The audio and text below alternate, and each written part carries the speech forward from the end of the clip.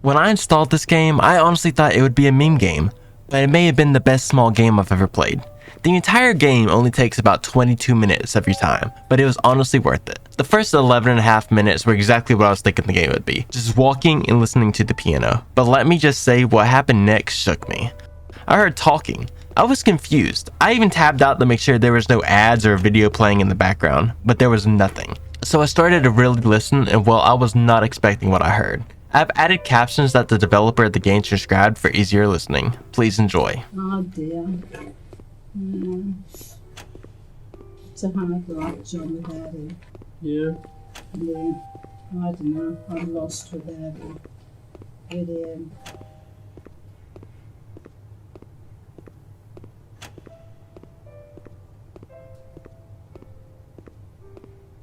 First you do whatever he says. Now, where we go today? I said, Kent has been out every day. Yeah.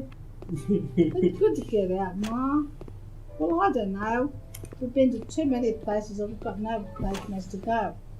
So he said, okay, we'll get in the car and go somewhere. So all right, we'll get in the car, we'll get to the bottom of the driveway. He said, now, where we go, Ma, where we go? I say, well, we went that way yesterday, we'll go this way today. So we go that way today, we'll just drive around. Nowhere in particular, just drive around. And then we come to a coffee shop, and go with coffee. He said, come on, I'll buy you coffee. And then we'll have lunch or brunch, whatever the time happens to be. Breakfast, brunch or breakfast, whatever. Yeah, and that's what we did every day. And tomorrow he'd come, same thing. Where we go today, Ma? I don't know, Kim. So we keep driving south. And then if we find a motel there that we look at, we'll stop there. We'll go into the motel and that's where we'll stop for the night. And that's what we did.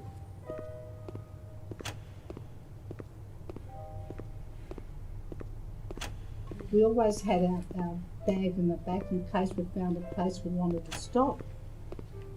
And that's what we did, John. In the afternoon, well, you know, what time do the races start, John? What time do the races start? We go all day. So, we get in the car and drive along. I'd have my crossword book, my reading book, because I know somewhere he's going to stop. Okay, I just want to pull in here for a few minutes, Ma. Okay? All right, Kim. He gets out. I get out my reading book and my crossword book. It's going to be more like half an hour. So he was happy doing what he'd do in the afternoon. I was happy doing what I do with my books and stuff. Yeah.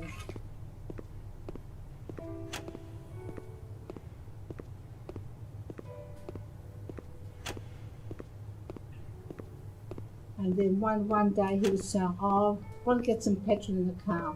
Come for a drive with me while I go down to petrol. I said, Kim, but we only went out yesterday. He said, I'll buy you a coffee.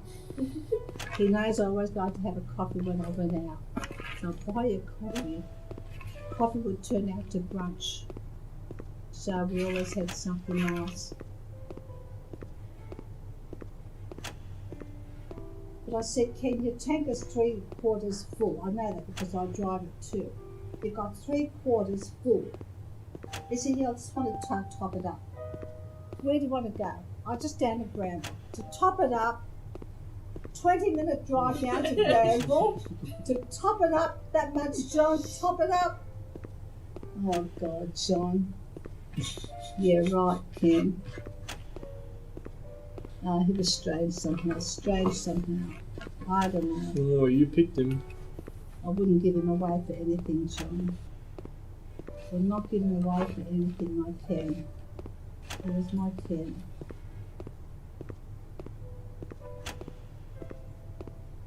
Don't know why he did that to me. It wasn't fair. But he must have been very unwell, John, for a long time because he never complained. He never complained of pain or anything like that. He never complained how unwell he was, John. It was Monday morning. I said to him, Alright Ken, get ready now. We go. He said, I don't feel like going, I'm too tired. I said, well, you don't have to drive, I'll drive. I said, just put the seat back, put your head back and go to sleep, I'll drive. So we did that, but at the end of that day he was quite tired. So we had our dinner, and actually the tennis was on that time in Melbourne. So we watched the tennis for an hour before he decided to get into bed. Yeah. So he did that, but the next morning he woke up. He woke up before me. I said, "Can you awake already?"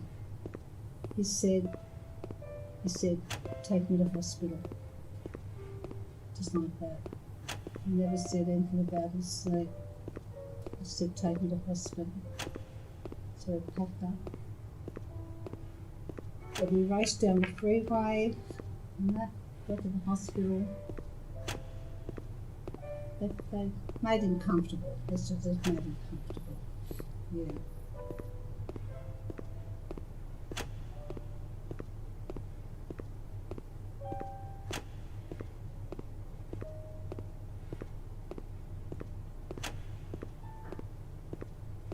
So he spent 5 days in that hospital. But on the 3rd day, he was unconscious. Didn't talk to us after the 3rd day. They had him on morphine. Didn't talk to us after that 3rd day.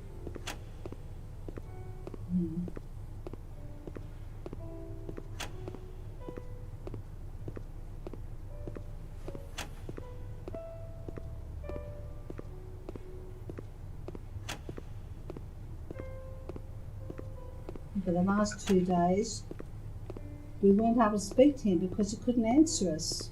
We talked to him and talked to him and sing our hymns and say our prayers, but he couldn't open his eyes. He didn't realise we were there. Couldn't. And I can. And that made me feel very sad because why couldn't I see, because I was with him all the time here. Why couldn't I see how unwell he was?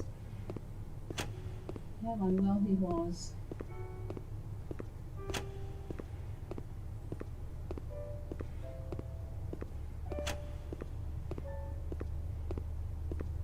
At that time, they weren't allowing people into the rooms, and they were allowed no visitors, but they allowed one of us to go into the room at a time. So when I was there and someone else had come in to take my turn, and the doctor came in and he seen how unwell Ken was. He was really unwell, he was out to it. And they still would only let one or possibly another one to come to change over. And the doctor said straight away, he called the head nurse in. He said, the family can come and stay here in the room for as long as it takes.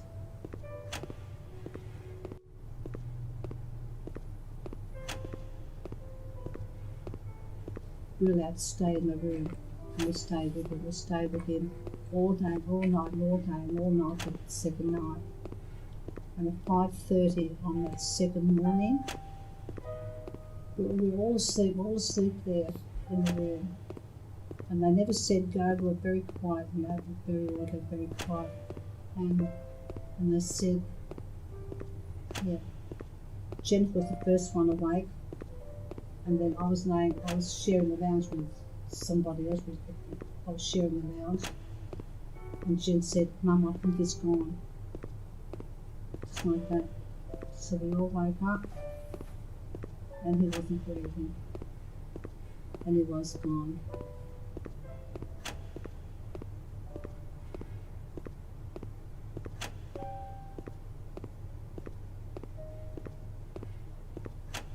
That was the end of my Ken.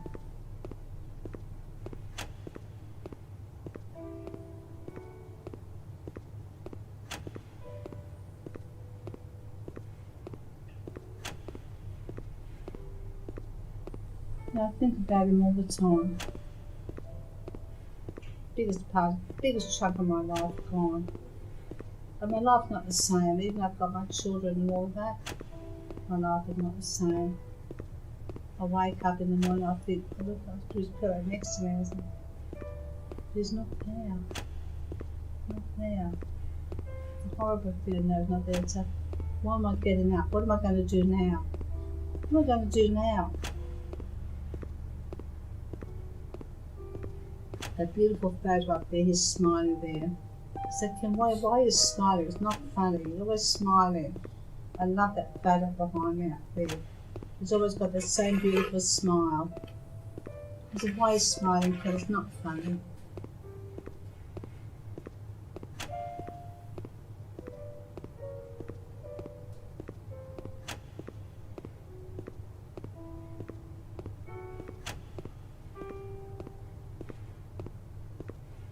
What did you think of the story? Did it make you tear up? Let me know in the comments below. If you would like to watch the entire game, you can click here or in the description below.